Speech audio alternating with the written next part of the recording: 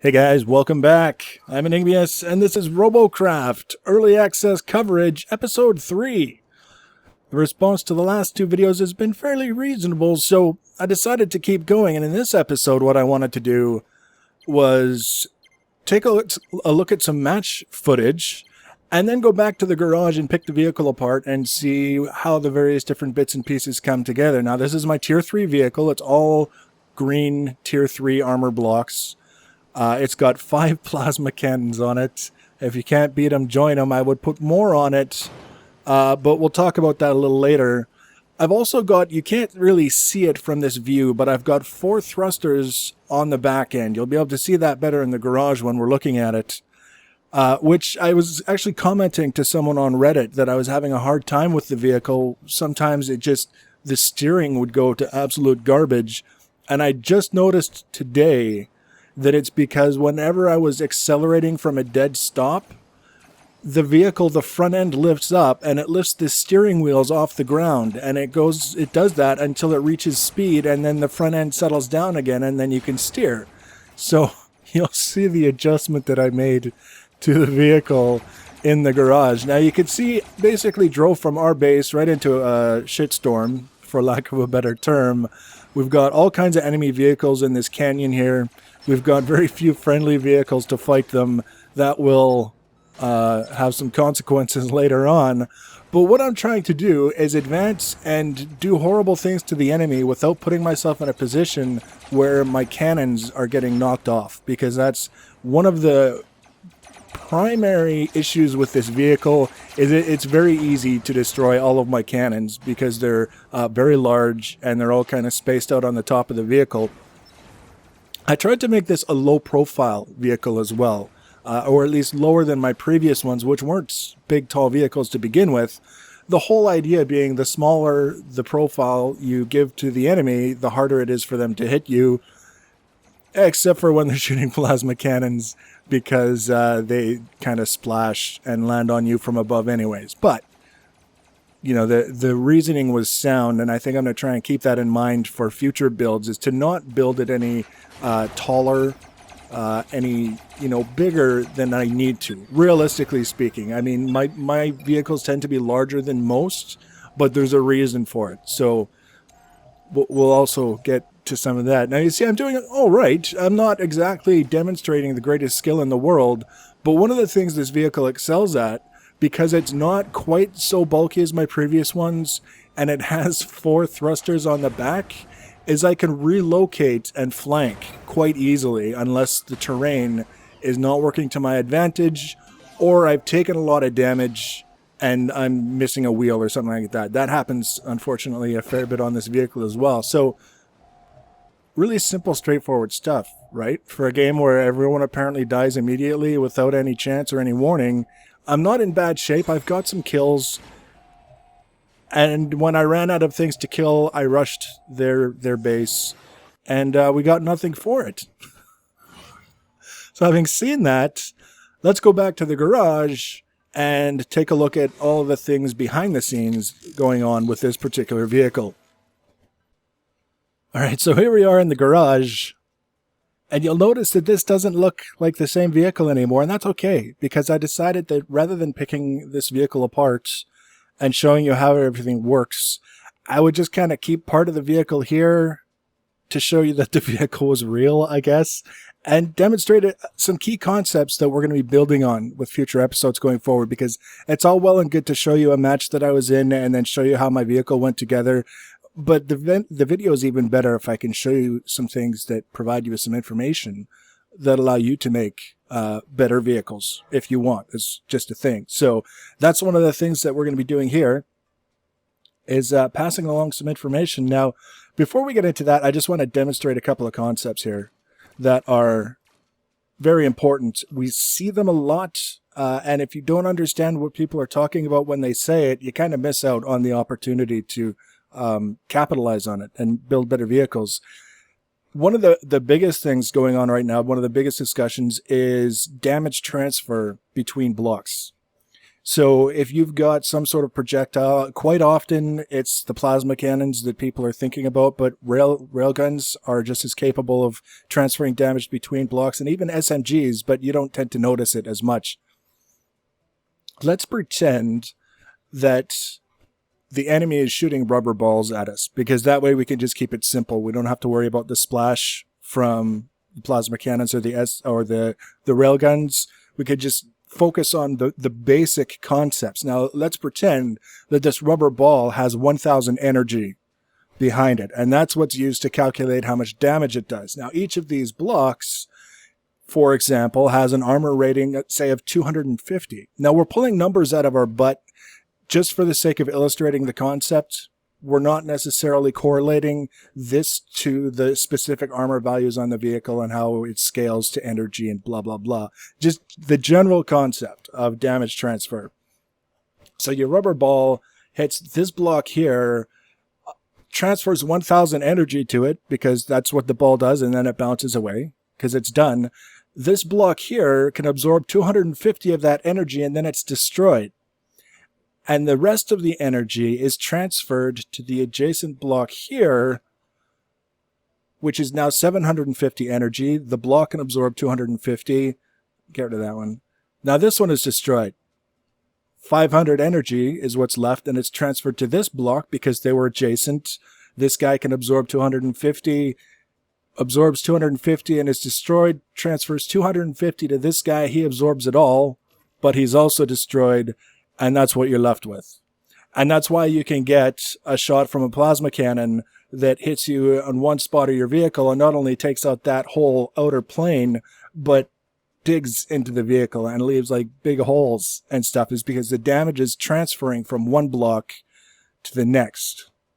So that's the basic concept. Now, one of the things that people discovered is this whole concept of Triforcing. And all I've ever seen it used with is these wedge blocks. I don't know if it works with these Tetras or the chassis inner, whatever.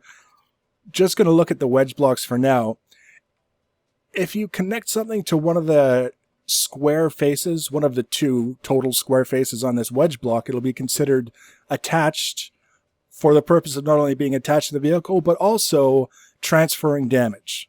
Right? So if we had, if we had this guy and this guy got hit with enough damage to destroy it and transfer some energy, this guy would also be required to either absorb it and or be destroyed and carry on any other adjacent blocks until there were no more adjacent blocks or the vehicle was destroyed. One or the other. So that's kind of the way it works with those edges. But if you've got like these angle sides, so for example, if you connect them like this, just so that we can see that they're connected on the angled sides, this will count as being connected in terms of whether or not it's stuck to the vehicle, but it won't be considered connected in terms of damage transfer between blocks. So if this guy, using our previous example, just for the concept, is capable of absorbing 100 energy, and we've got a rubber ball with 10 million energy, hits it square on this face, obviously, this block is destroyed, but this block isn't connected. There's no way to transfer the energy, so it stops right there. All 10 million energy, that one block stops it all. So you can see the power of this concept, cutting the ability to transfer damage by having blocks that are physically connected to the vehicle without being capable of transferring damage between them. That's kind of the fun part. Now, we'll get into more detail with that with a more Triforce-centric build.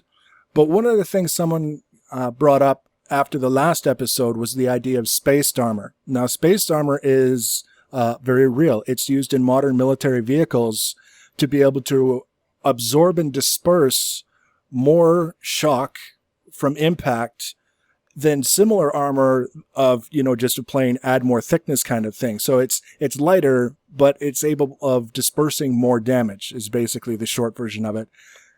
So what if we could get some sort of spaced armor set up in this game? Well, we can. It's a little bit bulky. I actually incorporated some of this into this vehicle, and it worked extremely well. I wish I still could have been able to absorb more damage But in terms of a shot that would have dissolved 3/4 of my vehicle, just knocking out one panel instead, it's pretty freaky when you see it.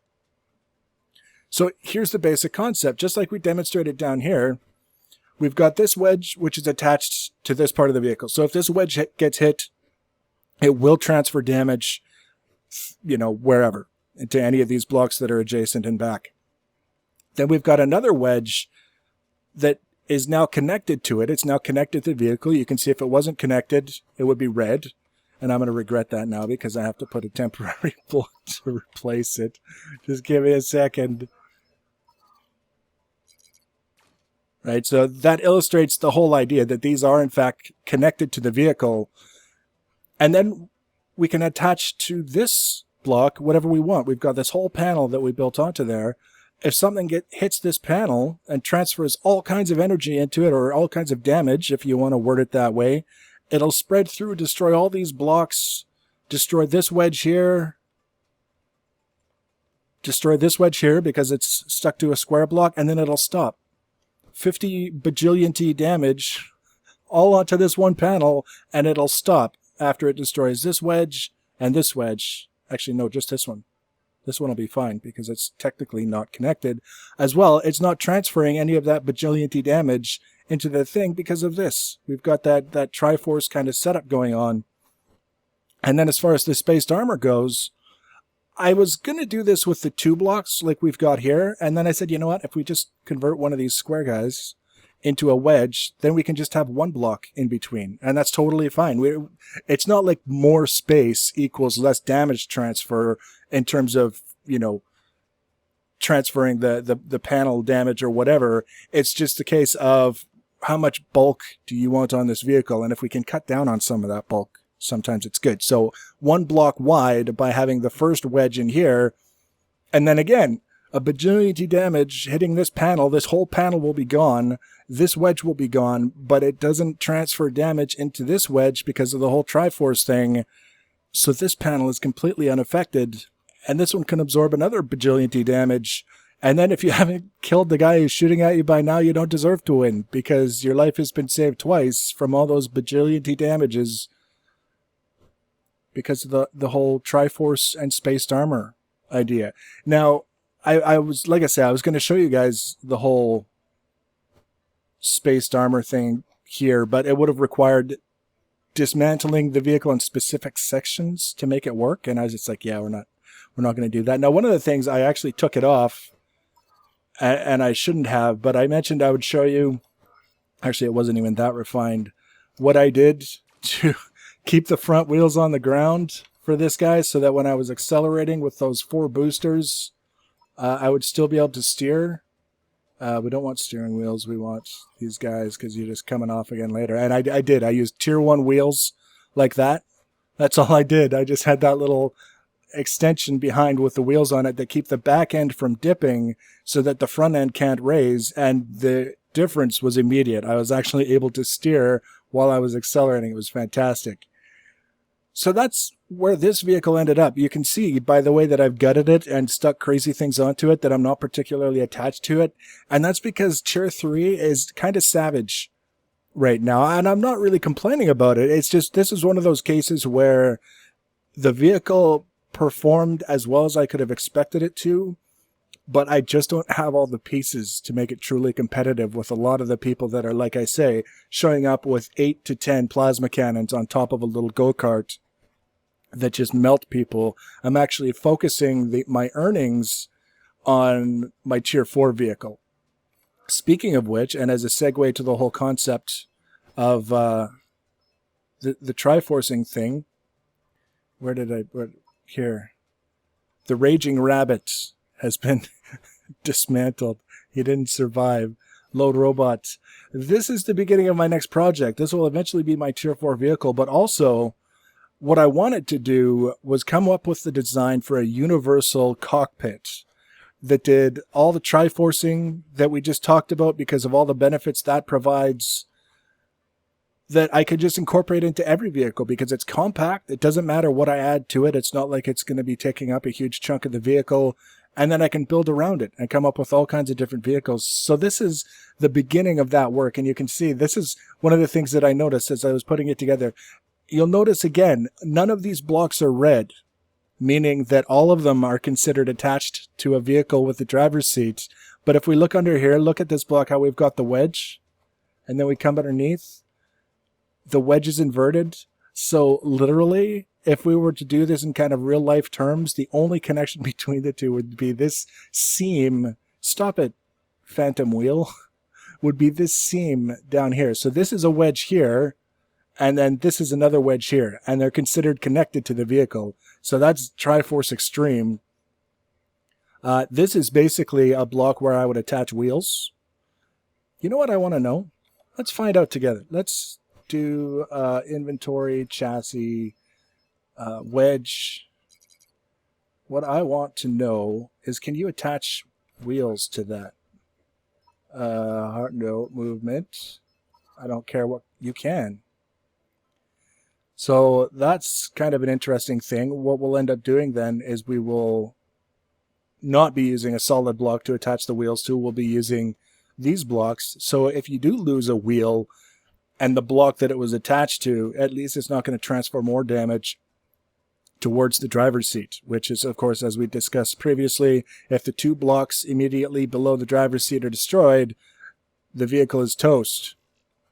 So that's what I've been up to, is getting this guy ready. So we're going to finish the design. If it looks like a design that you guys can easily duplicate based on what I can show you in a video, then that's what we'll do in the next episode. And hopefully this vehicle will be close enough to done that we can take it out for a spin and see what all this armor business has done for us. So if you want to be notified when I add that video, the easiest way, of course, is to subscribe to my channel or follow me on the social networking, Twitter or Google+. Information for those is in the information box below the video. Please leave your comments and feedback, suggestions, things that you would like to see, things that you like and don't like, whatever you want. Put them in the comment section below the video. Just be nice. You can disagree with me, but just be nice, as everyone has been so far. Thanks for watching, guys, and take care.